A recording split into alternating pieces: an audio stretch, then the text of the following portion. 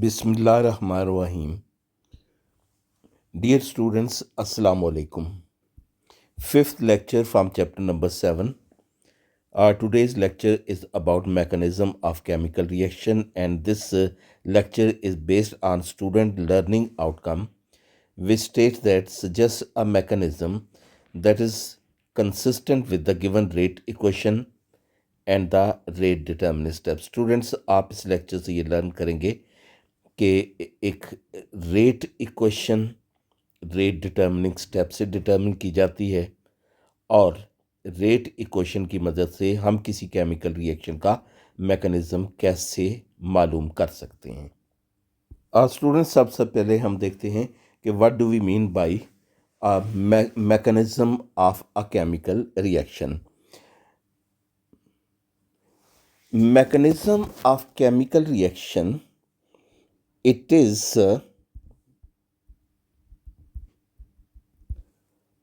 a step by step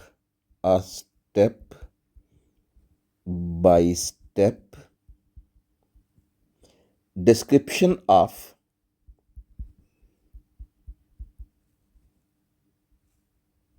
how reactants are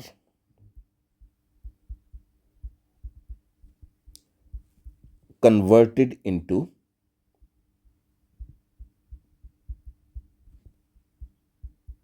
the products.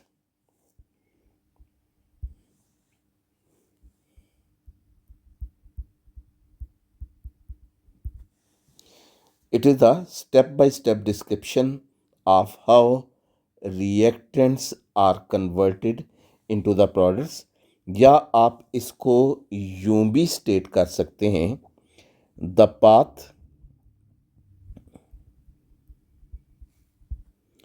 that reactants take to form the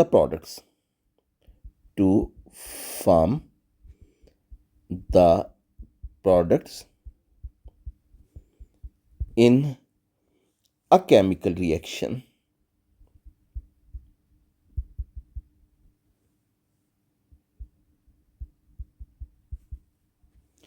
is known as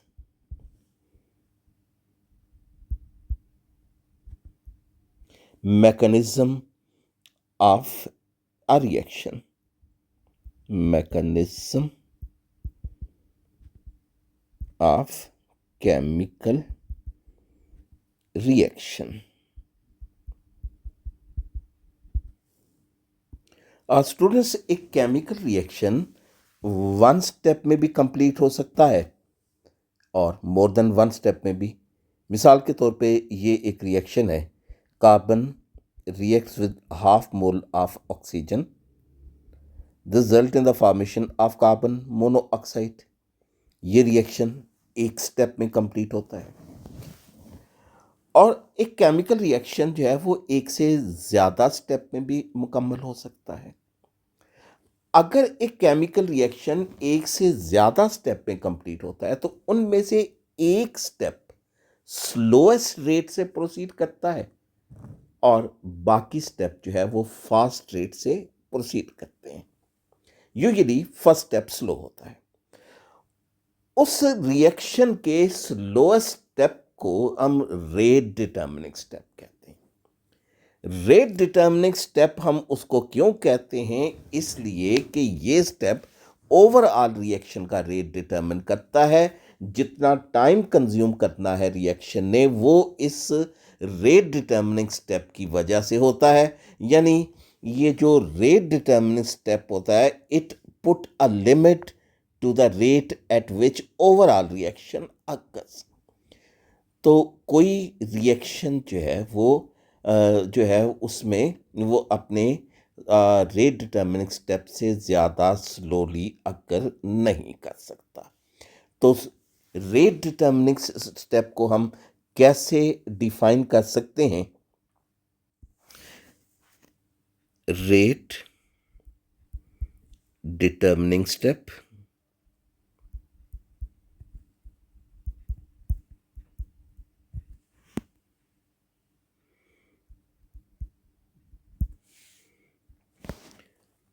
the slowest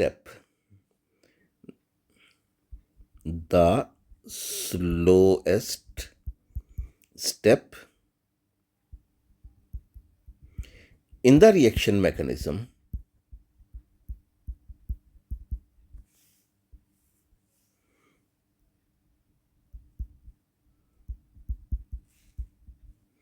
which determines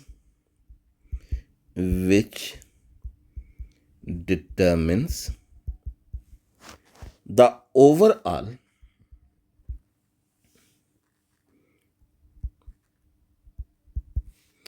rate of reaction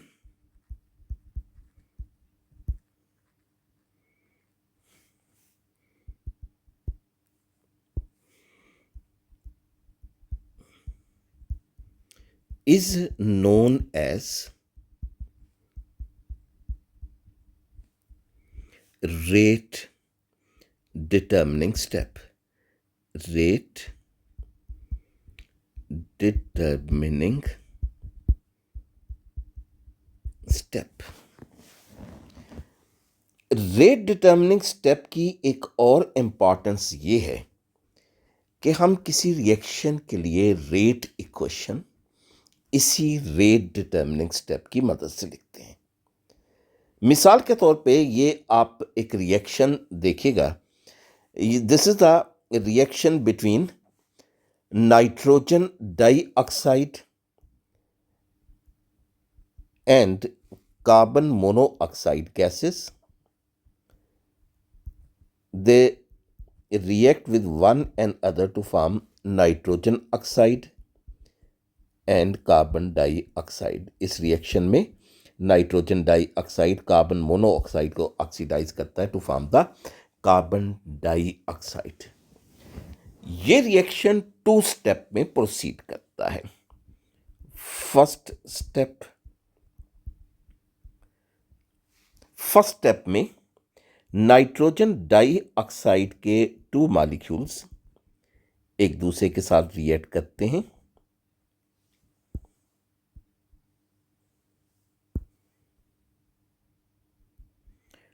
to form nitrogen trioxide and nitrogen oxide. ये step slow है और rate determining step. This is the slow step, या यूं कह लीजिए कि it is rate determining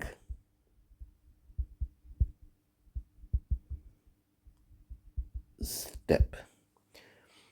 उसके बाद नाइट्रोजन ट्राइऑक्साइड कार्बन मोनोऑक्साइड के साथ रिएक्ट करता है और इसको कन्वर्ट कर देता है, ऑक्सीडाइज कर देता है तो कार्बन डाइऑक्साइड में, और खुद रिड्यूस हो जाता है नाइट्रोजन डाइऑक्साइड में। ये फर्स्ट स्टेप है। यहाँ पे इस रिएक्शन में देखें कि NO3 ये ओवरऑल रिएक्शन में मौजूद नहीं है। ये फर्स्ट स्टेप में प्रोड्यूस होता है, सेकंड स्टेप में यूज अप हो जाता है। इसको हम रिएक्शन इंटरमीडिएट कहते हैं। ये रिएक्शन आप देख रहे हैं 2 स्टेप में प्रोसीड करता है। इस रिएक्शन के लिए रेट इक्वेशन हम फर्स्ट स्टेप यानी स्लोएस्ट स्टेप, जिसको रेट डिटर्मिनिंग स्टेप कहते हैं, उसकी मदद से लिखते हैं। ये सेकंड स्टेप फास्ट, पहला स्टेप स्लो। तो इसके लिए रेट इक्वेशन क्या होगी? Rate is equal to K into molar concentration of nitrogen dioxide. इसके 2 मॉलिक्यूल रिएक्ट कर रहे हैं रेट डिटर्मिनिंग स्टेप में, तो इसकी पावर 2 होगी। इसका आर्डर जो है वो 2 होगा, यानी this is the second order reaction. तो ये रेट इक्वेशन हमने रेट डिटर्मिनिंग स्टेप की मदद से लिख ली। अब इसी रेट डिटर्मिनिंग स्टेप को देख के किसी रिएक्शन का मैकेनिज्म भी जो है वो सजेस्ट किया जा सकता है। तो मिसाल के तौर पे हम जो है वो शुरू करते हैं इस रिएक्शन से और रेट इक्वेशन से कि अब इस केमिकल रिएक्शन और इस रेट इक्वेशन की मदद से हम rate of mechanism of the chemical reaction जो है वो कैसे लिख सकते हैं। तो हम एक दफ़ा अब दरमियान में मैकेनिज्म मैं हटा देता हूँ। तो ये रिएक्शन और रेट इक्वेशन, इसकी मदद से हम देखते हैं कि मैकेनिज्म कैसे लिखा जा सकता है। जी स्टूडेंट्स, ये chemical equation, nitrogen dioxide oxidises carbon monoxide to form carbon dioxide, और ये खुद रिड्यूस हो जाती है नाइट्रोजन ऑक्साइड में। इस रिएक्शन का के लिए rate equation, rate is equal to के into molar concentration of nitrogen dioxide. अब आपने फोकस इस बात पे करना है कि मैं इस रेट इक्वेशन की मदद से अबव रिएक्शन का मैकेनिज्म कैसे लिखता हूँ। तो इसमें सबसे पहले हमने ये देखना है कि ये रेट इक्वेशन आपको क्या इंफॉर्मेशन जो है ये प्रोवाइड कर रही है। ये इंफॉर्मेशन जो है हमें क्या मिल रही है इससे information.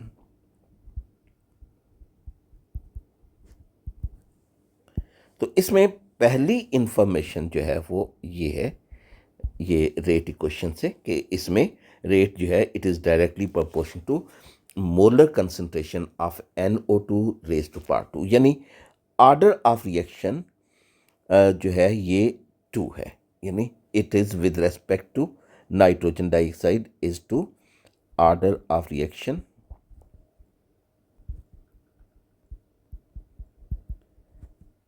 with respect to nitrogen dioxide is 2 and, और इस रेट इक्वेशन में हम देख रहे हैं कि कार्बन मोनोऑक्साइड का जिक्र नहीं है। इसका मतलब ये हुआ कि order of reaction with respect to carbon monoxide is 0, यानी रेट कार्बन मोनोऑक्साइड की कंसंट्रेशन पर डिपेंड नहीं कर रही। And with respect to carbon monoxide is 0। दूसरी इंफॉर्मेशन जो है वो ये है कि ये जो पावर 2 है इसका मतलब है कि 2 मॉलिक्यूल्स, नाइट्रोजन डाइऑक्साइड के 2 मॉलिक्यूल्स रेट डिटर्मिनिंग स्टेप में रिएक्ट कर रहे हैं।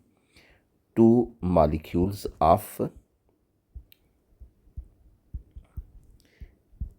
NO2 are reacting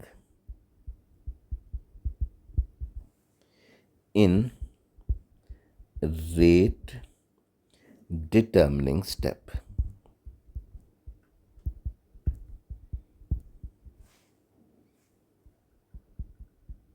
rate equation अगर ओवरऑल इक्वेशन के साथ जो है वो कंसाइड नहीं करती तो इसका मतलब ये भी होता है कि रिएक्शन एक से ज़्यादा स्टेप में कंप्लीट हो रहा है।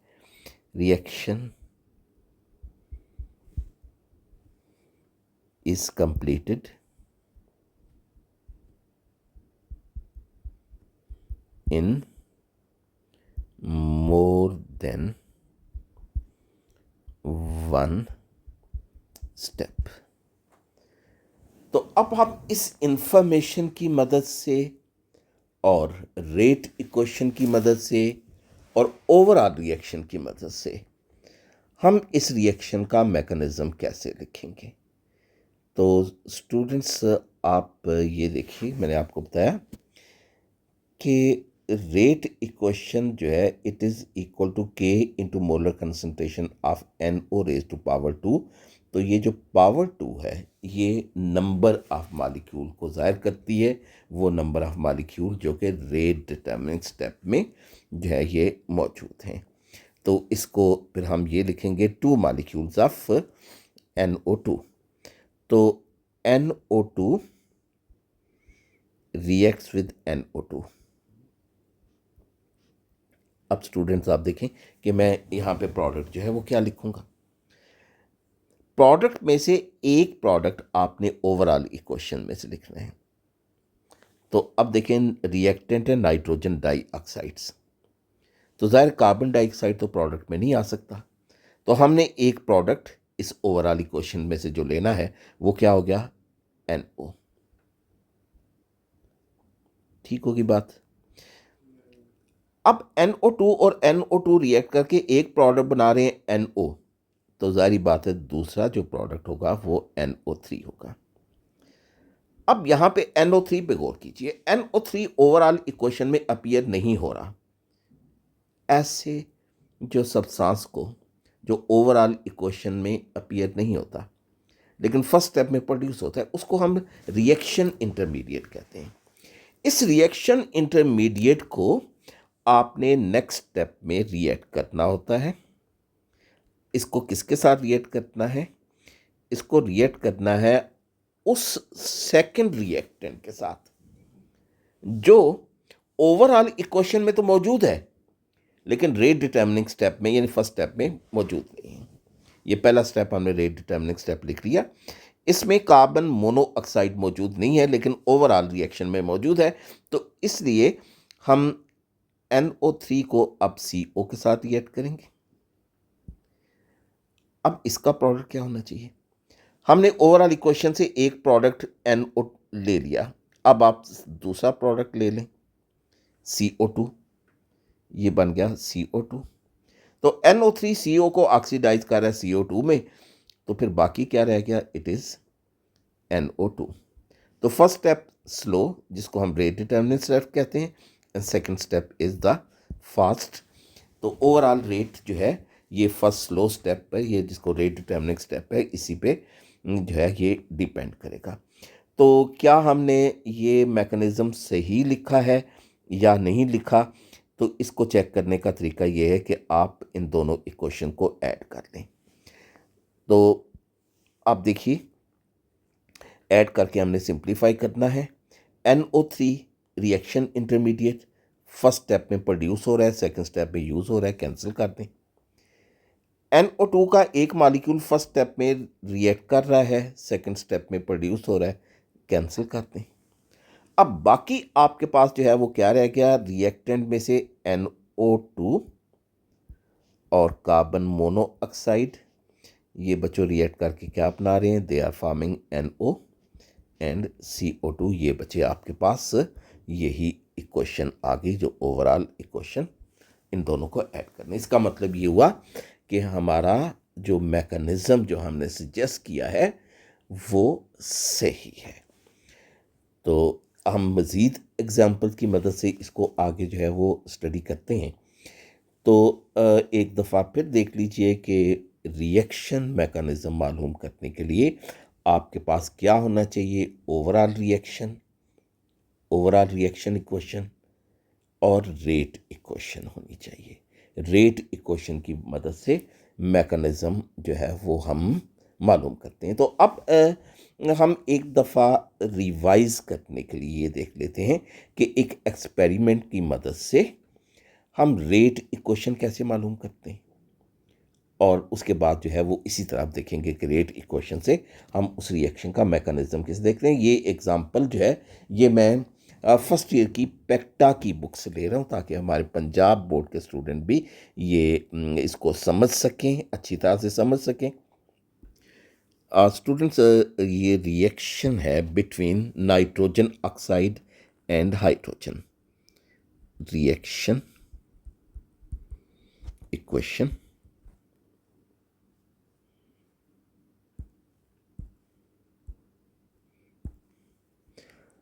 नाइट्रोजन ऑक्साइड के टू मॉलिक्यूल्स रिएक्ट करते हैं टू मॉलिक्यूल्स ऑफ हाइड्रोजन से। नाइट्रोजन ऑक्साइड हाइड्रोजन को ऑक्सीडाइज कर रहा है टू फॉर्म वाटर और खुद रिड्यूस हो रहा है टू फॉर्म द नाइट्रोजन। हमने इस रिएक्शन को इन्वेस्टिगेट करना है in order to find out the rate equation. तो इसके लिए हम 2 सेट्स ऑफ एक्सपेरिमेंट करेंगे। स्टूडेंट्स, हमने एक केमिकल रिएक्शन जो कि नाइट्रोजन ऑक्साइड और हाइड्रोजन के दरमियान हो रहा है, जिसके नतीजे में वाटर और नाइट्रोजन की फॉर्मेशन हो रही है, हमने इस रिएक्शन को इन्वेस्टिगेट करना है in order to find out the rate equation. तो हम ये मालूम करेंगे with the method of initial rate. हम 2 सेट्स ऑफ एक्सपेरिमेंट परफॉर्म करेंगे। ये आपके सामने फर्स्ट सेट ऑफ एक्सपेरिमेंट है। इस फर्स्ट सेट ऑफ एक्सपेरिमेंट में आप देख रहे हैं कि अगर नाइट्रोजन ऑक्साइड की कंसंट्रेशन को कांस्टेंट रखते हुए अगर हाइड्रोजन को इसके 0.01 मोलर यानी मोल पर डेसीमीटर क्यूब के साथ रिएक्ट किया जाए तो रेट ऑफ रिएक्शन 0.025 एटमॉस्फेयर पर मिनट।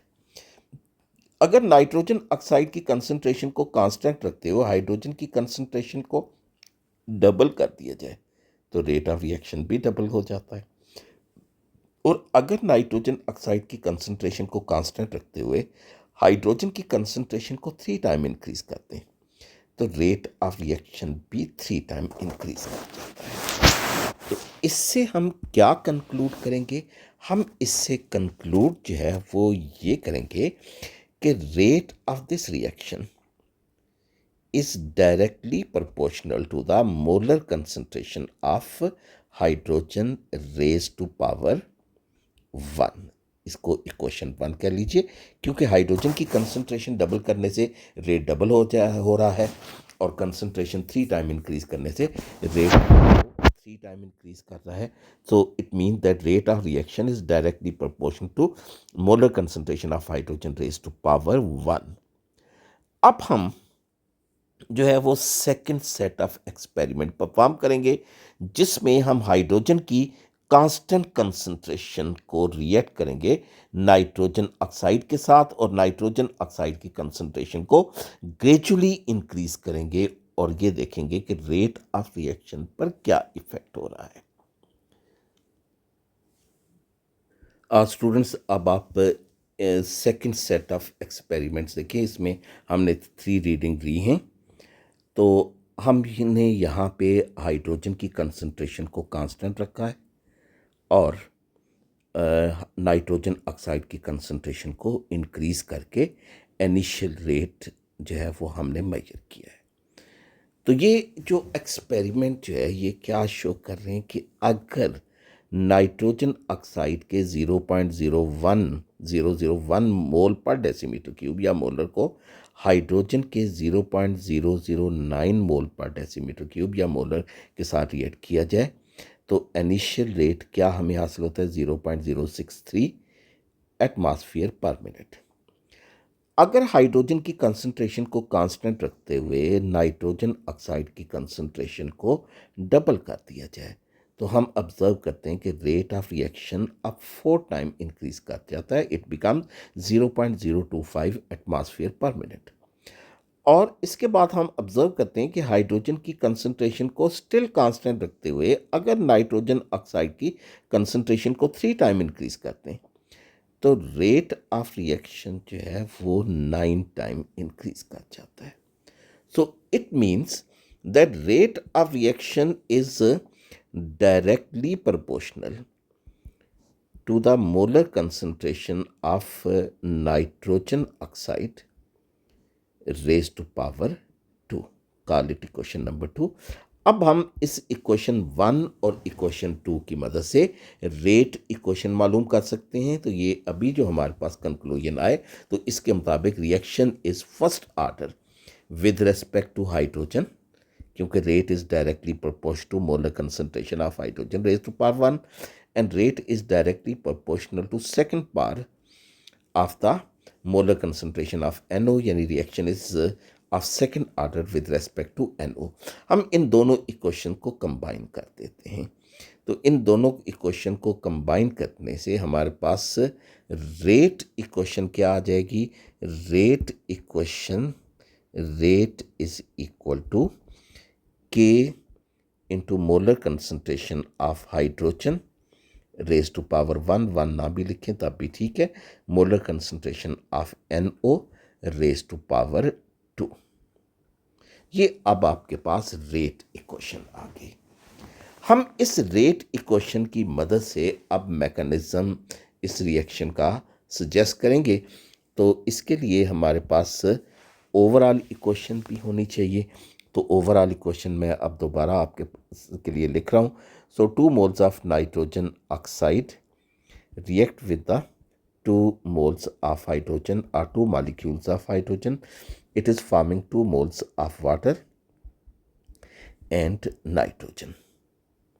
ओवरऑल इक्वेशन और rate equation.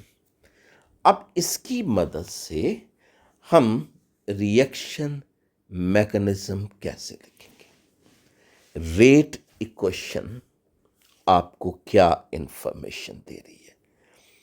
So first of all, information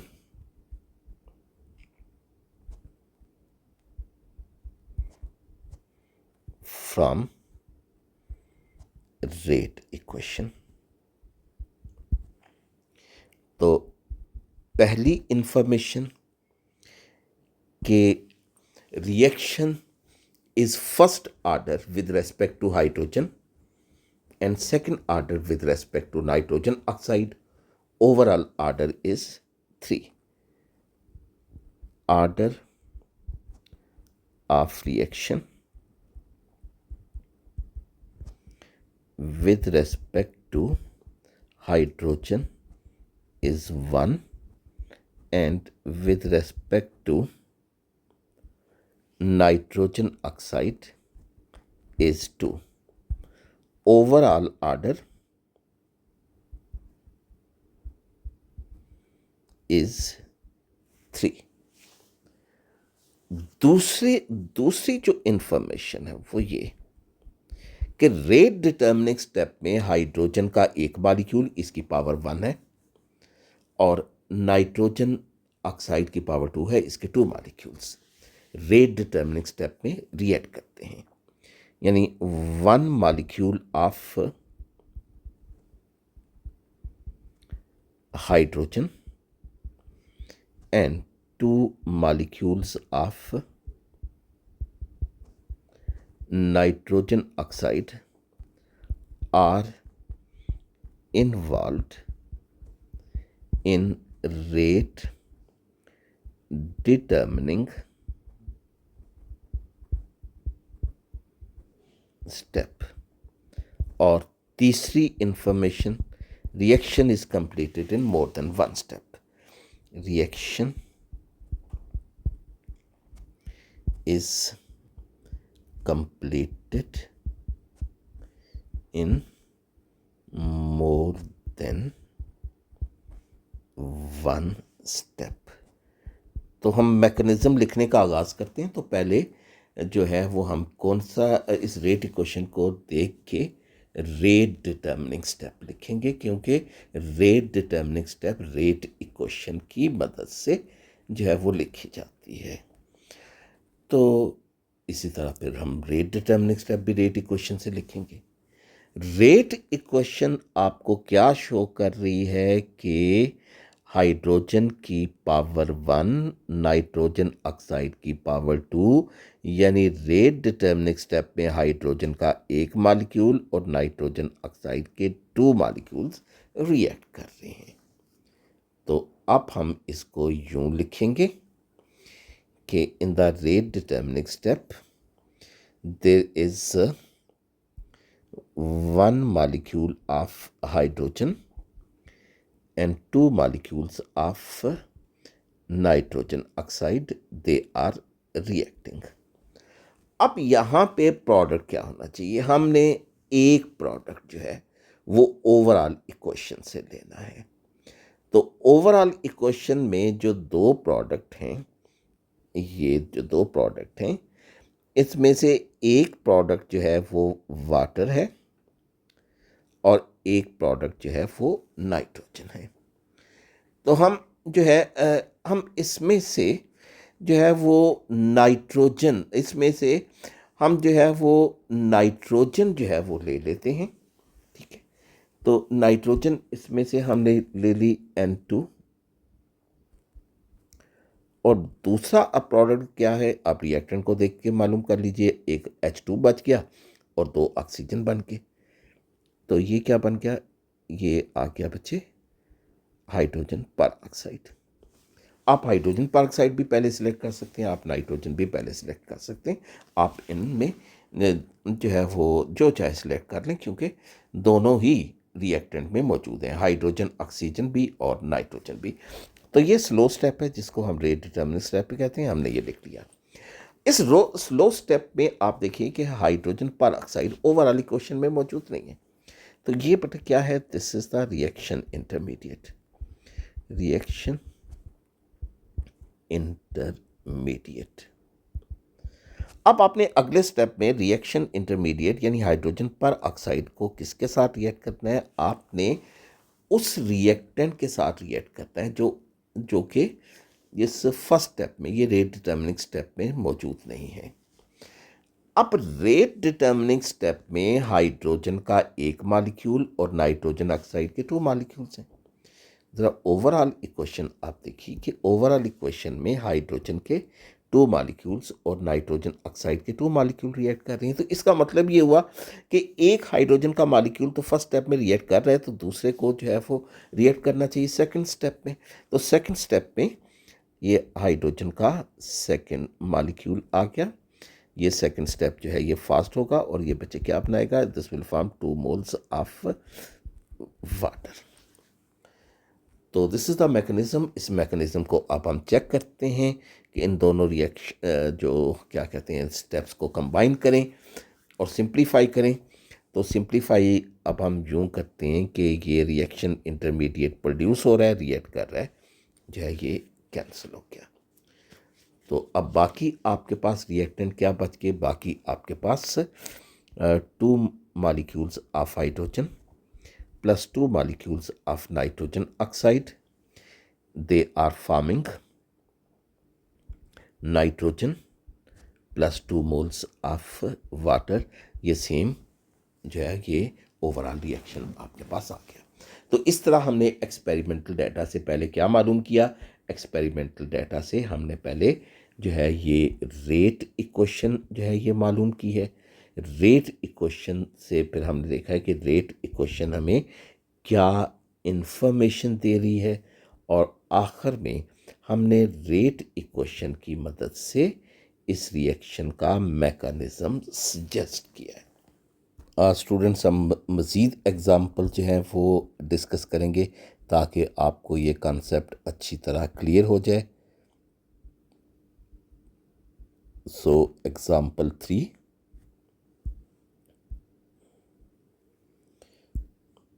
ये स्टूडेंट्स आपके पास रिएक्शन है between 2 molecules of nitrogen dioxide is reacting with 1 molecule of ozone forming dinitrogen pentaoxide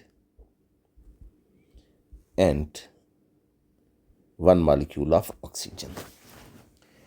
इस reaction के लिए rate equation कुछ यूं है कि rate is equal to K into molar concentration of NO2 to molar concentration of ozone। तो ये rate equation जो है वो हमें क्या इंफॉर्मेशन दे रही है, ये रेट इक्वेशन जो है वो हमें ये इंफॉर्मेशन दे रही है कि number 1, reaction is first order with respect to nitrogen dioxide as well as ozone. The reaction is first order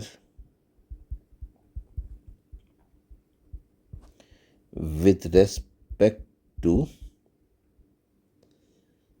nitrogen dioxide as well as ozone. तो दूसरी इंफॉर्मेशन अब देखें दोनों का कि जो है वो ऑर्डर 1 है, तो इसका मतलब ये हुआ कि दोनों का एक एक मॉलिक्यूल रेट डिटर्मिनिंग स्टेप में रिएक्ट कर रहा है। 1 molecule of NO2 reacts with 1 molecule of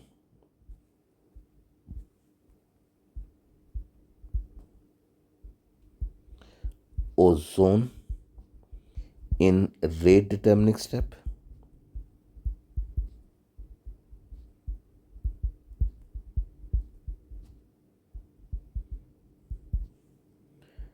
और third information, reaction is completed in more than one step। reaction is completed in more than one step। तो अब इस इंफॉर्मेशन की मदद से हम जो है वो मैकेनिज्म की वर्किंग करते हैं। तो सबसे पहले इस रेट इक्वेशन की मदद से हम रेट डिटर्मिनिंग स्टेप लिखेंगे। तो ये दोनों रिएक्टेंट का ऑर्डर 1 है, मतलब ये है कि इन दोनों का एक एक मॉलिक्यूल रेट डिटर्मिनिंग स्टेप में रिएक्ट करेगा। सो NO2 will react with 1 molecule of ozone. अब प्रोडक्ट हम कौन सा लिखेंगे? हमने प्रोडक्ट जो है इस ओवरऑल इक्वेशन के दो प्रोडक्ट में से एक सिलेक्ट करना है। तो हम N2O5 तो नहीं कर सकते, हमने इसको बैलेंस करके रिएक्टेंट को रद्दो बदल नहीं करना। तो हम NO2O5 नहीं ले सकते एज प्रोडक्ट, क्योंकि यहाँ पे हमारे पास जो है वो नाइट्रोजन जो है वो सिर्फ एक ही है, दो नहीं है। तो हम जो सेकंड प्रोडक्ट ऑक्सीजन सेलेक्ट कर लेते हैं। तो फर्स्ट प्रोडक्ट इज़ ऑक्सीजन, तो बाकी हमारे पास क्या रह जाता है? बाकी हमारे पास रह जाता है NO3। तो NO3 ओवरऑल इक्वेशन में मौजूद नहीं है। इसका मतलब ये हुआ कि ये रिएक्शन इंटरमीडिएट है। This is a reaction intermediate. ये स्लोएस्ट स्टेप या इसको हम रेट डिटर्मिनिंग स्टेप है। तो नेक्स्ट स्टेप में हमने क्या करना है? इस रिएक्शन इंटरमीडिएट को रिएक्ट किससे करेंगे, ये हम देखते हैं। देखें स्टूडेंट्स, ओवरऑल इक्वेशन में NO2 के 2 मोल्स रिएक्ट कर रहे हैं, ओजोन का 1 मोल रिएक्ट कर रहा है। रेट डिटर्मिनिंग स्टेप में ओजोन का 1 मोल रिएक्ट कर चुका। ओवरऑल इक्वेशन में NO2 के 2 मोल्स हैं, 2 या 2 मॉलिक्यूल्स आप कह लीजिए। एक मॉलिक्यूल रिएक्ट कर चुका, एक बाकी रह गया, तो उस बाकी को हम सेकंड स्टेप में लिख लेते हैं NO2। तो NO3 प्लस NO2 ये क्या बना देगा? It form N2O5। ये क्या है? This is the first step, this is the mechanism for the reaction. और अगर आप इस मैकेनिज्म दोनों रिएक्ट स्टेप जो मैकेनिज्म के इनको कंबाइन करें तो आपके पास ओवरऑल इक्वेशन स्टूडेंट्स, अब हम देखते हैं कि अगर जो है वो हमें एक पोटेंशियल एनर्जी डायग्राम प्रोवाइड की जाए जो कि रिएक्शन पाथ को शो करती है with respect to the energy, तो फिर हम रिएक्शन मैकेनिज्म कैसे लिख सकते हैं? तो ये रिएक्शन आपके सामने है जिसके लिए मैकेनिज्म हमने फाइंड करना है। This is the reaction between nitrogen dioxide, 2 molecules of nitrogen dioxide and fluorine. This is forming 2 molecules of NO2F। तो पोटेंशियल एनर्जी डायग्राम को आप ऑब्जर्व करें तो इसमें हमें 2 पीक्स नज़र आ रही हैं। जितनी पीक्स इस डायग्राम में होंगी उतने स्टेप में ये रिएक्शन कंप्लीट होता है। तो 2 peaks, this is the first peak and the second peak. इसका मतलब ये है कि there are 2 elementary steps in this reaction. तो पहली इंफॉर्मेशन जो अब हमें यहाँ से हासिल हो रही है कि reaction is completed in 2 elementary steps. The reaction is completed in 2 steps.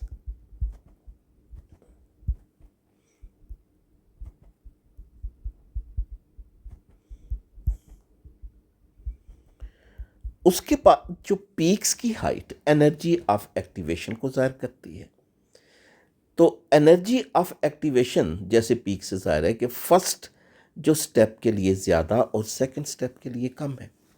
तो रेट डिटर्मिनिंग स्टेप के लिए एनर्जी ऑफ एक्टिवेशन ज़्यादा होती है। तो इसका मतलब ये हुआ कि first step is the rate determining step and the second step is the fast step.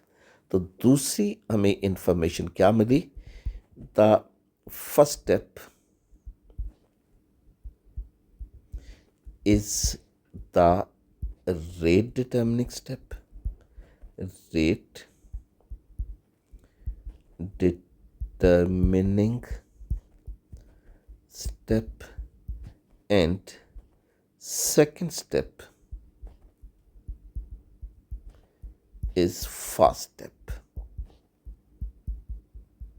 ठीक है, तो इसका मतलब ये हुआ कि मैकेनिज्म की मदद से रेट इक्वेशन की मदद से हमने पहले रेट डिटर्मिनिंग स्टेप जो है वो लिखना होगा।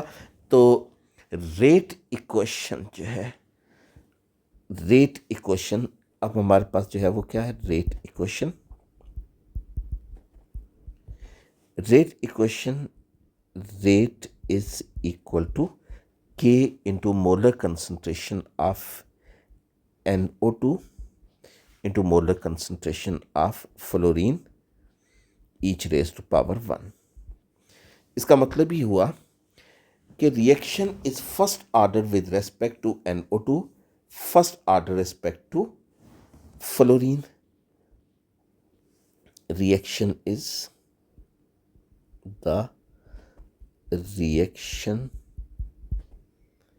is first order with respect to nitrogen dioxide as well as fluorine। यानी इसका ये मतलब भी हुआ कि one molecule of nitrogen dioxide and one molecule of fluorine are reacting in the rate determining step।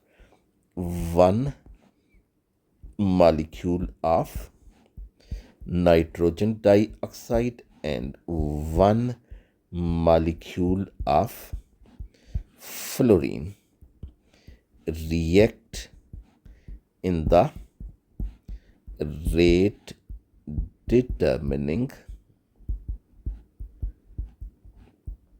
step। तो अब हम मैकेनिज्म सजेस्ट करेंगे इस रेट इक्वेशन की मदद से, और जो है इस ओवरऑल इक्वेशन की मदद से। ये आपके पास जो है ये रेट इक्वेशन है और ये ओवरऑल इक्वेशन है। This is a overall equation. तो अब रेट इक्वेशन ये शो कर रही है कि one molecule of NO2 and one molecule of fluorine, they are reacting in the rate determining step। तो बच्चों आप इस रिएक्शन को लिख लें, NO2 का एक मॉलिक्यूल फ्लोरीन के एक मॉलिक्यूल के साथ रिएक्ट कर रहा है। प्रोडक्ट देखें, प्रोडक्ट आपके पास हैं टू मॉलिक्यूल्स ऑफ NO2F। तो रिएक्टेंट को देख के हम टू मॉलिक्यूल्स ऑफ NO2F तो नहीं लिख सकते, तो हम एक प्रोडक्ट जो है वो क्या लिख सकते हैं, हम एक प्रोडक्ट लिख सकते हैं NO2F। तो अगर इन दोनों सब्सटेंसेस के दरमियान हम रिएक्शन करते हैं और एक प्रोडक्ट अगर हमें NO2F हासिल होता है, तो इसका मतलब ये हुआ कि दूसरा प्रोडक्ट जो है वो F है। लेकिन F अब ओवरऑल जो इक्वेशन में अपीयर नहीं हो रहा, एटॉमिक फ्लोरीन। तो इसका मतलब ये हुआ कि ये F जो है ये क्या है, it is reaction intermediate, reaction intermediate, और ये स्लो स्टेप या रेट डिटर्मिनिंग स्टेप। अब आप इस रिएक्शन इंटरमीडिएट या स्लो स्टेप को किसके साथ रिएक्ट कर कीजिए, देखते हैं हम इक्वेशन में। इस रेट डिटर्मिनिंग स्टेप में NO2 का एक मॉलिक्यूल रिएक्ट कर रहा है, फ्लोरीन का एक मॉलिक्यूल रिएक्ट कर रहा है। ओवरऑल इक्वेशन में NO2 के 2 मोल्स या 2 मॉलिक्यूल रिएक्ट कर रहे हैं, फ्लोरीन का एक मॉलिक्यूल रिएक्ट कर रहा है।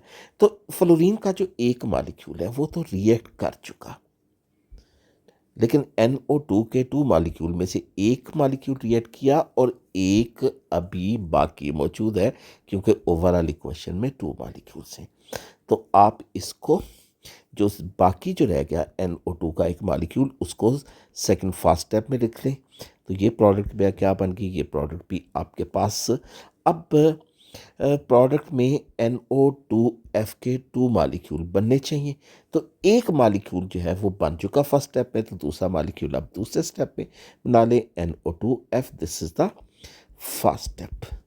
तो अब अगर आप ये चेक करना चाहते हैं कि क्या ये आपने मैकेनिज्म सही लिखा या नहीं, तो आप इन दोनों इक्वेशन को कंबाइन कर लें। तो कंबाइन करने के लिए तो फ्लोरीन ये रिएक्शन इंटरमीडिएट प्रोड्यूस हो रही है, रिएक्ट कर रही है, कैंसिल कर दें। और उसके बाद जो है ये आप रिएक्शन को अगर कंबाइन करें तो ये आप देखिए कि 2 molecules of NO2 is reacting with the fluorine forming 2 molecules of NO2F। तो ये ओवरऑल रिएक्शन और ये mechanism 2 step, first step is slow, second step fast. तो इस तरह स्टूडेंट्स आपको किसी भी रिएक्शन के साथ रेट इक्वेशन दी जा सकती है, आपको पोटेंशियल एनर्जी डायग्राम दी जा सकती है और आपसे ये कहा जा सकता है कि आप इस रिएक्शन का मैकेनिज्म सजेस्ट करें। तो चंद एक मज़ीद जो एग्ज़ाम्पल्स आपकी टेक्स्ट बुक में मौजूद हैं उन एग्ज़ाम्पल्स से प्रैक्टिस कीजिए, देखिए कि आप उन रिएक्शंस का मैकेनिज्म कैसे मालूम कर सकते हैं। तो आपने बेसिकली कॉन्सेप्ट समझना होता है और उसके बाद कोई सा भी रिएक्शन आपको दिया जाए तो आप उसका मैकेनिज्म ताकि आप फाइंड कर लें। ओके, अल्लाह हाफिज़ स्टूडेंट्स।